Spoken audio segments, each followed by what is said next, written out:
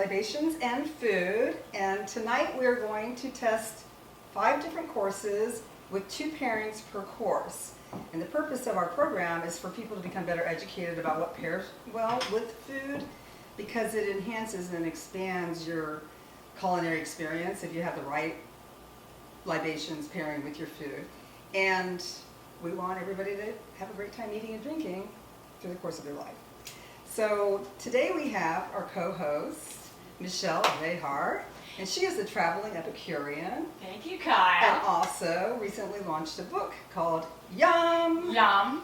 And it's about appetizers. Appetizers. Everybody needs appetizers in their life. And our first appetizer will be one of her, from her recipe book, and it's delicious. The baked asparagus. Yeah. Well, I'm so excited about this event because it's going to be fun and educational. And I mean, we have judges, we have wine, food, and live music. Like, what more does a person need, right? Yes. So, let's get rolling. So we have 3 judges this evening. We have Rachel Constantin, and she is an actress, but she also has a huge food and beverage background, and was a judge on Chopped Junior. All right, Yeah. and our second judge is Matthew Winthrop. And Matt is a wealth manager during the day. He works for a New York City firm called Aegis. And he's also a fantastic musician. And he's going to play some music for us later on today. And he's a foodie. So I constantly see recipes that he's posting on Facebook that he's made, and all it's so yummy. So, and he's also funny. So that's fantastic. You're welcome. And we have Gail Suchman. And Gail is a certified specialist of wine. And she also has a food and wine pairing designation from Fine Vintage Limited. And this year she was nominated as Lux Life New England's event planner of 2020.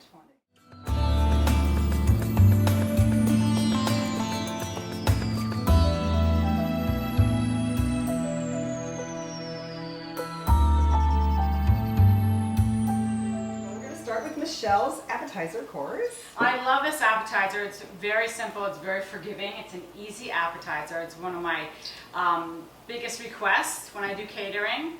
So it is baked asparagus wrapped in prosciutto di Parma, and there's a little bit of a cream cheese Vidalia onion smear on the inside. And when cream cheese puffs, it gets nice and light and creamy. It's really lovely. So we're going to start with prosciutto di Parma, and we're going to roll up the blanched asparagus. The cream cheese is room temperature, and you really need it to be room temperature, otherwise you won't be able to smear it on there. And then you start it at the bottom, and then you just roll it up, and then you lay it on the cookie sheet. And when you're ready, you're going to just bake it for 7 minutes. So we are going to pair Michelle's dish with a French Saunier, which is a sparkling wine from Burgundy. It's 100% Pinot Noir, and a Pinot Gris from California in the Russian River Valley. Both of those should pair with these dishes, but we want to find out what you think is the best. I love the way the cream cheese just sort of touches onto it. Yeah. With the olive oil, it really is a nice And flavor. it brings it all together. And then you have the asparagus, which is slightly bitter, so you want to think about that in your tasting too. And then you have the the fat from the cream cheese, that all comes into picture when you're doing your wine tasting. Right. These wines pair well with this dish because of the creaminess. Both of them cut through, or highly acidic, and can cut through the cheese, and also the prosciutto di Parma to make it a better quality. Absolutely. Rachel, what is your favorite of the 2? Can you show me the bottles again? For the... Yes, JCB 69, and that is from Burgundy, and it's 100% Pinot Noir, and I actually help sell JCB wine. So that's Jean-Charles Boisset. He's originally from Burgundy, and then he opened up a bunch of wineries in California, but that one is actually from Burgundy. And he also married Gina Gallo, so they are very much the wine couple. So it's interesting because they're 2 pretty different wines, Mm-hmm. but they both complement the dish so nicely in different ways. Yeah. The sparkling, it has a freshness, it's a palate cleansing feeling with the creaminess of the dish and with the cheeses. And when you have the Pinot Gris, it's a little creamier, so it really picks up the creaminess of Yeah. the cheeses. So do you have a favorite? I prefer the sparkling rosé as the starter on this. It's always nice to start with a sparkling wine. Great. What is your choice, Matt? I would I'll get back to concur. you. I think that the rosé is a delicious. I've It really never is. had something like this. It's I not know. quite champagne-y, but it's sparkly. Right. And it has a good flavor, and I think it really, it shares with the flavor of the meat. With the, I think they complement each other, so I'm more of a fan. Yeah. So I think the sparkling burgundy goes great with the prosciutto. The acidity and the salt balance each other. But with the San Andre cheese, I actually prefer, if I have to choose, I would say the sparkling burgundy. Okay, but great. Yeah, that's fantastic. Thank you so much. But they're both delicious.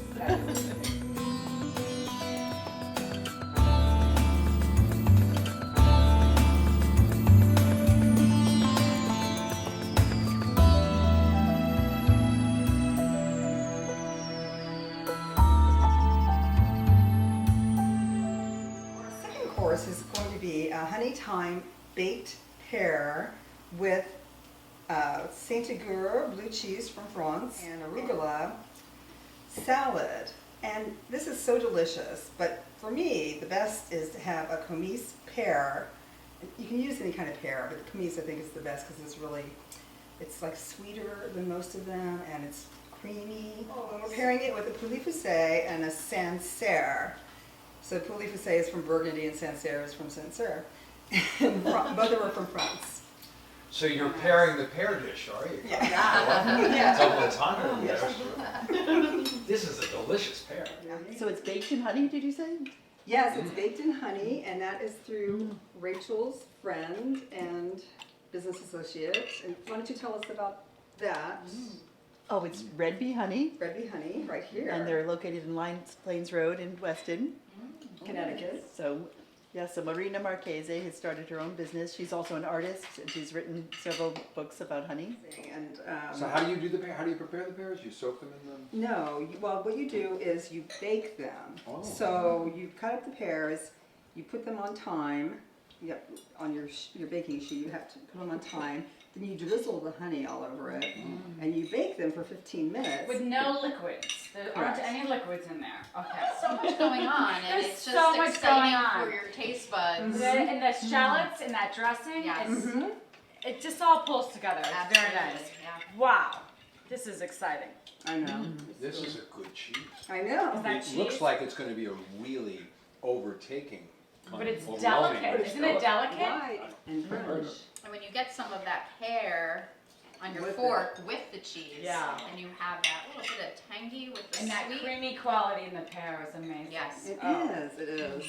So how are we feeling about our Our tastings wines. there? Mm. Rachel, what do you think? I prefer the Sancerre. With the Sancerre. sunset. Love Sancerre. Oh, well, let me see. Yeah, the Sancerre and especially the cheese pair very nicely together. It's hard to pair anything with a vinegar, Yeah. right? So with the salad dressing, it's very difficult to pair almost any wine. But that's a very delicate salad dressing. So Kyle's dressing is wonderful. It's a mix of shallots, grapeseed oil, grape juice, white grape juice, a little vinegar. You could use apple cider vinegar, a little salt and pepper, thyme.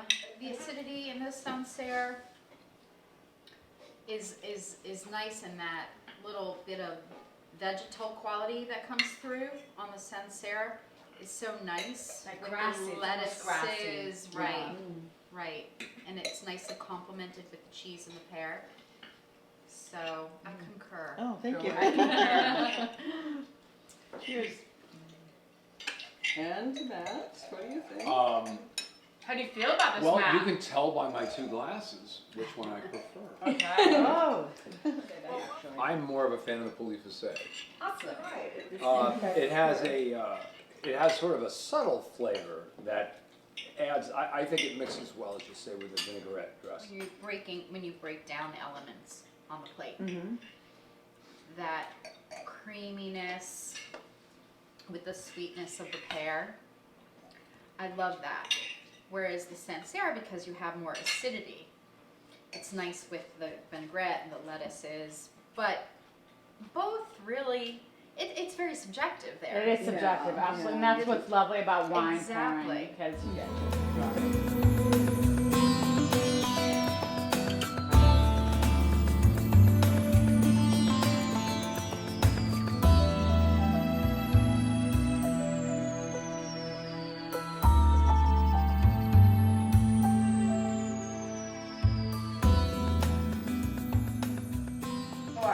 Our third course is a wild mushroom soup with sherry and thyme, and it's paired with a red Zinfandel from Russian River Valley versus a Syrah from Russian River Valley. So Kyle and I were talking about wild mushroom soup. Has a lot of umami, which is Umami, savory, yeah. savory, a little salty, and we were discussing, it'd be interesting to see with a red wine what picks up that Absolutely. savory, salty flavor. Yeah. Mommy, would you come in here for a minute? I'm sorry, I couldn't, Mommy, not mommy. Oh, I'm sorry, I just. I think the Zinfandel pairs Okay. wonderfully Both, with this. there you go. I think the Syrah is a little too sharp.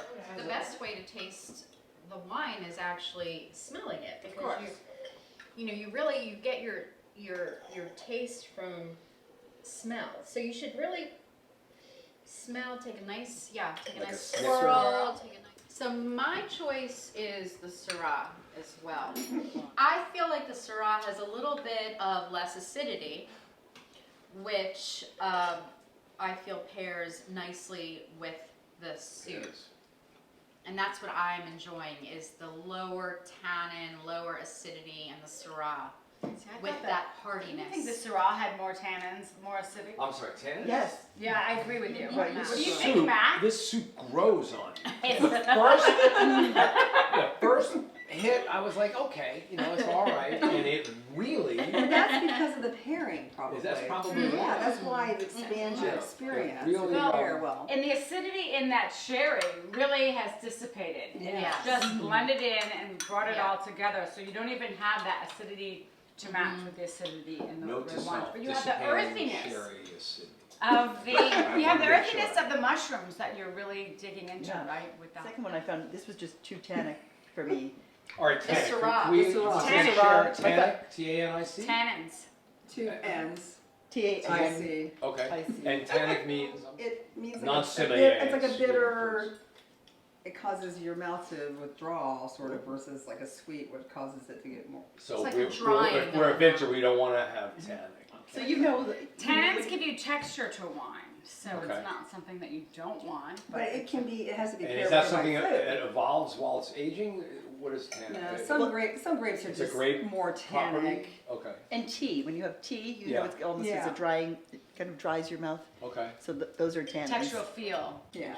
It's a drying sensation, and it's caused from the skins of the grape, actually, Yeah. and the stems too, and how much of that is produced and into the wine. Kyle, what was your preference? I'm going to say Zin Oh, good. because. Hey, you, here, calm down. All right. Well, I love red. I'm from California Yeah. as well. I grew up in California, close to the Napa Valley and Sonoma, etc.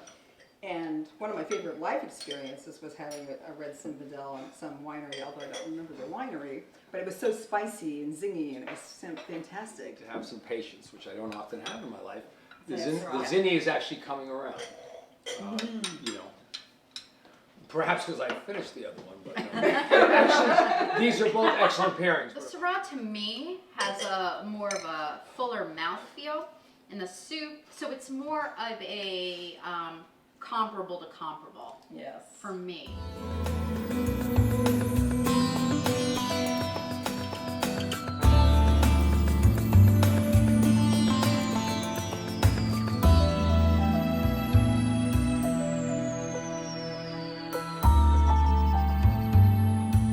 So for our fourth course, we are having Julia Child's beef bourguignon, however you say bourguignon, but it means Bourguignon. Burgundy. It's a noir from Burgundy.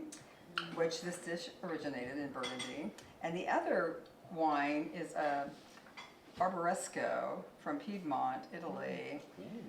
And the Nebbiolo grape, which is what Barbaresco and Barolo are made out of, is said to be like the Pinot Noir of Italy. That the grape is thin-skinned, is similar, but it's probably more tannic. But anyway, that's the pairing. And look at the legs on that one, really. Yeah, I love legs. The other one's okay. But You don't like it as much?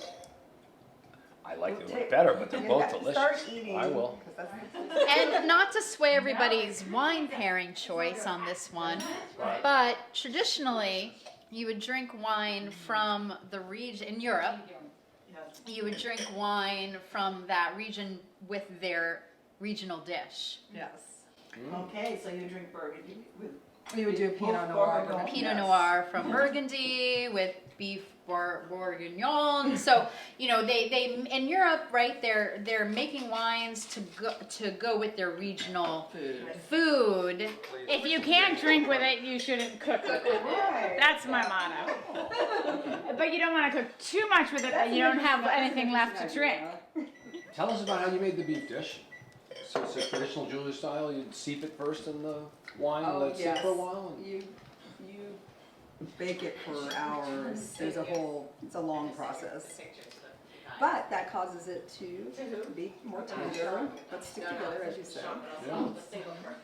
You can taste all the layers in there. Yeah. My brother's famous story was like he went to BU in like 1973, and he got a job as a market research guy going door to door in Boylston, and knocks on the door, who can I help you? And it was Julia Child. Really? And he did a market research thing. They were like sampling something, and she invited him in and had dinner. And Wow. you know, he was a 19-year-old long-haired hippie freak at BU, Oh, so and had a really nice. experience of a lifetime. Both wines are delicious, but I personally am detecting more acidity in the My Barolo, personality. in the Sorry. Cut. I'm sorry. I couldn't. I'm loving the Barbaresco. I am too. I think it's smoother in tannins. It's lovely, and it's really cutting. You know, usually when you have a beef dish, you want something that you can cut it a little bit, but still So short. Hair with it. pair with it. That's lovely. I love that Barbaresco. What do you think, And- Rachel? This one is the Burgundy. Yes. I prefer the Burgundy with Do my you? with my both. Look, Rach and I on the same planet on this So one. what do you think are the textural differences in these two wines? they're similar. They're similar textural. Their Yeah. weight is similar. The tannins are lovely. They're soft tannins. I feel that dryness at the end. You know, that finish. I thought the But it's a- Barbaresco had a little more. Fruitiness to that, maybe Well, jammy just- almost. It had it was a bigger experience for me. Yeah. Where the Pinot Noir was more of a blending, but that's just me, you know. I'm getting a little bit more spice and acidity in the The Burgundy. Barbaresco. Barbaresco. Yeah. Okay. Me too. Right. So I prefer the smoothness and the lower tannins of the Pinot Noir to pair with this dish. I agree. Hey, we agree. So we have two, the Barbaresque, and then what's your Yeah, I'm a opinion on Burgundy that? guy on this one. Although Michelle, the Yeah, bread correct. is just perfect too with Thank this you. dish. Well, That rustic. And there's chew to that. There's some definite texture to that bread, Yes. right? Yeah. You won't believe how simple this bread is to make. It's beyond I'm simple. not a baker. Wow. I It's like to fail cook. safe. It's very forgiving. The less you do to it, the better it comes on. I feel like this dish, it's a rustic dish, right? Yes. And it's hearty, and that bread is so rustic Yeah. and hearty. And then, of course, that Pinot Noir, my choice, Perfect, yes. is just perfectly balanced with this dish. So it's a wonderful meal. Thank you.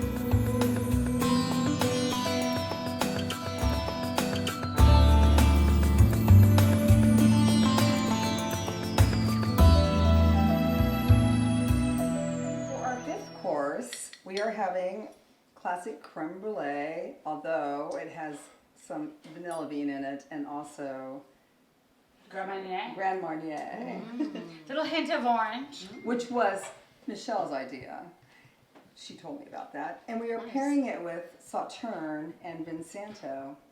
Lovely. Ooh. Very So let's lovely. see what we Lovely. think. And these are dessert wines. Yes. And- Sweets my sous chef. need sweets when you're pairing, and that's a very good Right. Right. So rule the, to live yeah. by. The pairing needs to be as sweet or sweeter than the Creme dessert. brulee. Really? So it's, you hear the cracking? And then you have the Yeah. nice, I thought that was Rice Krispies. the burnt sugar. Now what are we drinking? That's All perfect. right, I have my So clear. that is Mm. Sauterne. The reason the Saturn, I feel, goes great with it. It has a buttery, Yeah. a buttery In this one, it's taste. buttery. Yes. The And Vinsanto. the Van Sant. Oh, I think in the Saturns. Yeah. Oh, we're in disagreement again. And what kind The finish is Oh, butter. we have disagreement here I'm feeling again. like the finish is a very buttery. Are these like a cognac? You do, Or how and would you I describe find this buttery and Yeah. creamy They're- from start to finish. Tell us about the liqueur. What are these? Well, the Sauterne is from Bordeaux, and it's just a sweet, It's a little fruity. classic. It's a classic French liqueur for pairing with desserts, and that is what Vinsanto is in Italy. It's amazing. She's amazing. Best freaking creme brulee I've ever had in my life. It's is. really awesome. You know why? Wonderful. Why? Because the custard is not too thick. Right? It's smiling. Yeah, how can you not eat this and smile? It's lovely. Blow up a It is small lovely. house. Now Delicious. back to the wine pairing. Right. You're always pulling us back into It's the difficult, academic you know, and part. it's amazing. Like all night long, like we've had such close pairings. It could have gone Absolutely. either way, and it's just a matter of preference, which is Agreed. lovely about tasting, and because everybody's palate Yes, I is don't- different. that one's a little too- Right. So, Rachel, how are you feeling about these pairings? Well, the Sauterne I've only had with foie gras. Ah, and foie gras. And I love foie gras. Sauternes and foie gras. And the Vinsanto I only had with biscotti, you know, where you take Right. the biscotti and dunk it. Yeah. Nice. So this is an interesting pairing. I think the Sauterne didn't really match that well. I think Hold up to I it. think the Really, I Vinsanto disagree with her. was a Held little up to bolder. it a little and bit more. yes, because this was so creamy and delicate. I and agree We with, needed the with Rachel Vinsanto. on that one. Well, You have Kyle, one? I'm curious what you and Michelle think. What is your favorite pairing with this dessert? Okay, so I agree that these are, The Sauternes. the Sauterne is like smooth together with this, and that this is more of like a zip contrast. And I agree. I like the Vincento. I like the complementary. So they are balancing each other. The congruent is more going on the same path, which also works. But I feel like in this situation, I like the complementary instead of the congruent. But that is why we're doing these food and wine pairing things, to help you understand how pairing it with the right wine or liqueur or other Or libation. libation, yes, makes it a bigger experience. Thank you so much for joining us for Libations and Food. Great. We What a great night! hope to help you make better selections that you enjoy tremendously. And we can't wait to see you again. Be sure to go to our blog and try the recipes, pair them with the wines. You can also purchase them, some of them, on our website, and see what you think. And then you can vote too, what you think is the best pairing. And then we have some live music too, right?